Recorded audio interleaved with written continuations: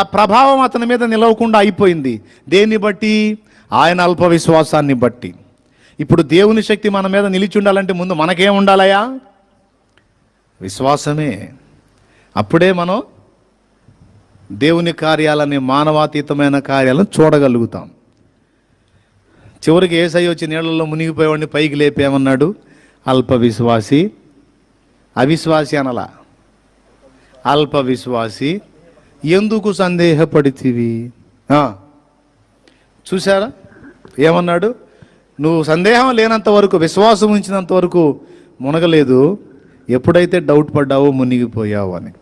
అంటే అప్పటిదాకా పేతురుని నీళ్ల మీద నిలబెట్టిన దేవుని శక్తి, పేతురు ఎప్పుడైతే డౌట్ పడ్డాడో పేతురు మీద అది పనిచేయటం ఆగిపోయింది.